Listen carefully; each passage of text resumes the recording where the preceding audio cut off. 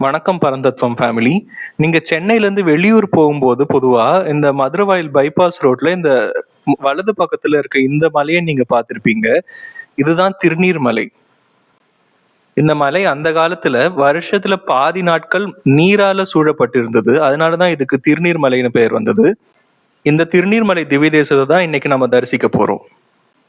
இங்க மலை அடிவாரத்துல பெருமாள் திருநீர்வண்ண பெருமாளாகவும், மலைக்கு மேல ரங்கநாதர், பால நரசிம்மர் மற்றும் உலகளந்த பெருமாளா 3 கோலத்துல மலைக்கு மேல காட்சி தராங்க. இந்த மலை அடிவாரத்துல இருக்க இந்த கோவிலையும் மலை மேல இருக்க கோவிலையும் சேர்த்துதான் ஆழ்வார் ஒரே திவ்ய தேசமா பாடியிருக்காரு.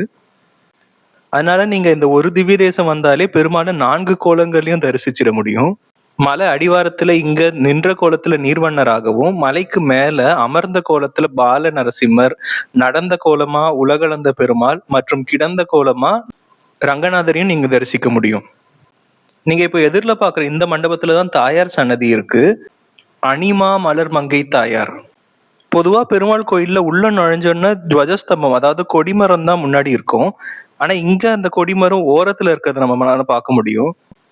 அப்புறம் இங்க தனி மண்டபத்துல ஹனுமாருமே நீர்வண்ண பெருமாள் சன்னதியை பார்த்த மாதிரி நிப்பாரு.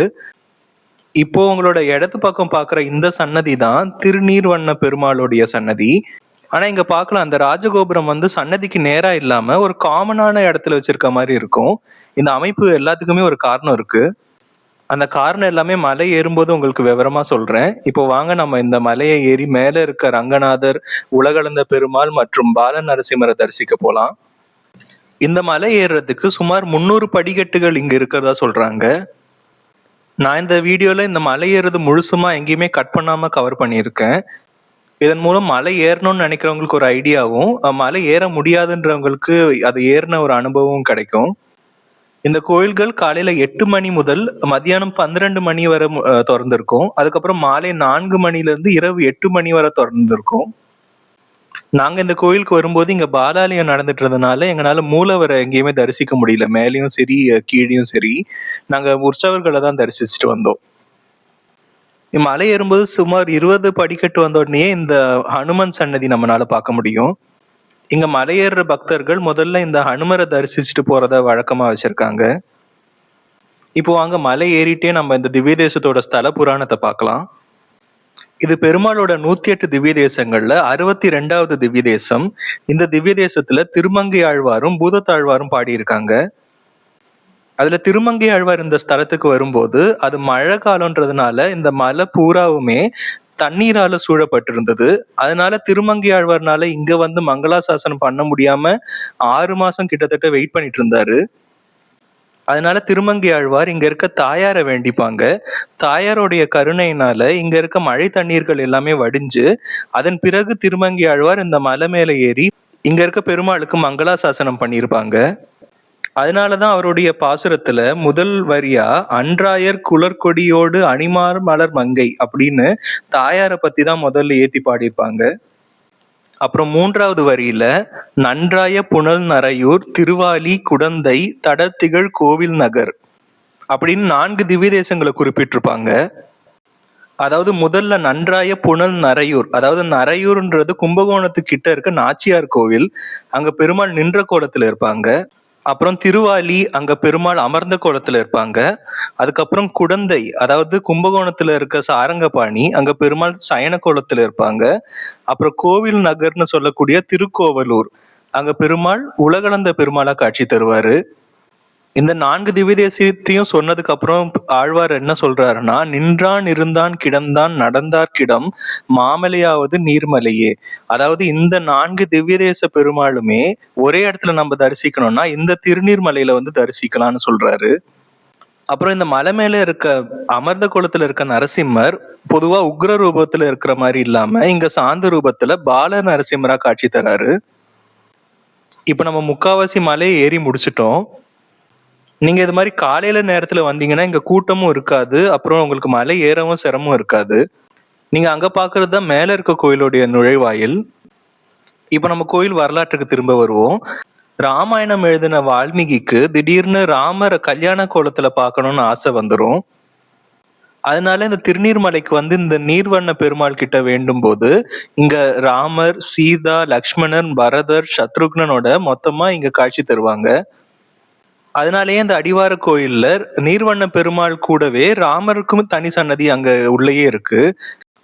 அதனாலதான் இந்த அடிவார கோயில்ல ராஜகோபுரம் வந்து ராமருக்காகவும் அந்த துவஜஸ்தம்பம்ன்ற கொடிமரம் வந்து திருநீர்வண்ண பெருமாளுக்காகவும் வச்சிருப்பாங்க. இதுதான் நம்ம கீழே பார்த்த அந்த அமைப்பு மாறி நின்னதுக்கான காரணம். அது மட்டும் இல்லாம பொதுவா பெருமாள் தானாக தோன்றிய 8 கோயில்கள் சொல்லுவாங்க. அதை வந்து ஸ்வயம் வியக்த கஷேத்திரம்னு சொல்லுவாங்க. அதுல இந்த கோவிலும் ஒண்ணு.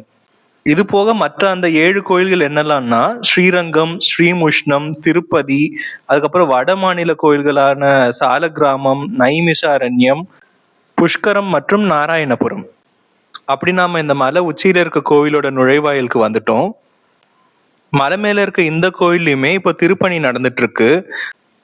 அதனால ஒரு கட்டத்தை தாண்டி இங்க நம்மள வீடியோ எடுக்க அலோவ் பண்ணல. அதனால நம்மள அலோவ் பண்ண இடம் வரைக்கும் தான் நம்ம எடுத்திருக்கோம். இதான் மேல இருக்க அந்த கோவில். இங்கதான் பெருமாள் ரங்கநாதராகவும் யோக நரசிம்மராகவும் திருவிக்ரமராகவும் காட்சி தராங்க. அங்க தரிசனத்தை முடிச்சுட்டு நம்ம மலைய அடிவாரத்துக்கு வந்துட்டோம். இங்க மலை கோவில்ல இருக்க ரங்கநாதருக்கு சித்திரையிலையும் அடிவாரத்துல இருக்க நீர்வண்ண பெருமாளுக்கு பங்குனிலையும் பிரம்மோற்சவம் நடைபெறும். அதுக்கான தேர்களை தான் நம்ம இங்க பார்த்துட்டு இருக்கோம். இது போக மலை மேல இருக்க ரங்கநாத பெருமாள் ஒரே நாள்ல ரத சப்தமி அன்னைக்கு 7 வாகனத்துல வருவார்னு சொல்றாங்க. அப்புறம் இங்க இருக்க கோவில் குளமுமே ரொம்ப சிறப்பு வாய்ந்தது.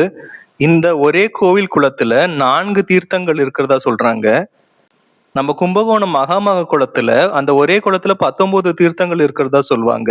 அதே போலதான் இங்கேயுமே சித்த தீர்த்தம், ஸ்வர்ண தீர்த்தம், காருண்ய தீர்த்தம் மற்றும் ஷீர தீர்த்தம்னு 4 தீர்த்தங்கள் இந்த ஒரே குளத்துல இருக்கிறதா சொல்றாங்க. இந்த குளத்துலயுமே இப்ப திருப்பணி நடந்துட்டு இருக்க காரணத்தினால நீர் எல்லாத்தையும் வெளியேற்றி இருக்காங்க. ஆனா மற்ற நாட்கள் எடுக்கப்பட்ட இந்த புகைப்படத்தை நான் இங்க போடுறேன். இது ஒரு மலை கோயில்ன்றதுனால இங்க பௌர்ணமி கிரிவலமுமே ரொம்ப பிரசித்தியா நடைபெறுறதா இங்க ஊர் மக்கள் சொல்றாங்க. அப்படி நாம இந்த திவ்ய தேசத்துடைய தரிசனத்தை முடிச்சுட்டு நம்ம கிளம்பிட்டோம்.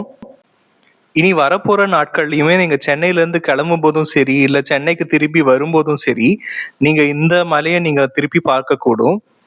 அப்படி இந்த பைபாஸ்ல இந்த மலையை பார்க்கும்போது நான் சொன்ன இந்த விஷயங்களுமே உங்க மனசுக்கு வரும்னு நான் நம்புறேன்.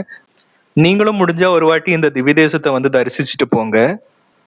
இது வரைக்கும் இந்த வீடியோவை பார்த்த எல்லாருக்குமே ரொம்ப தேங்க்ஸ். இந்த வீடியோ உங்களுக்கு பிடிச்சிருந்தா லைக் பண்ணுங்க மற்றும் உங்க ஃப்ரெண்ட்ஸ் அண்ட் ஃபேமிலிஸ்க்கு இந்த வீடியோவை ஷேர் பண்ணுங்க. இது போன்ற மற்றும் பல திவ்ய தேசங்களை பார்ப்பதற்கு நம்மளோட பரந்தத்துவம் சேனலை சப்ஸ்கிரைப் பண்ணி வச்சுக்கோங்க. ஜெய் ஸ்ரீமன் நாராயணா.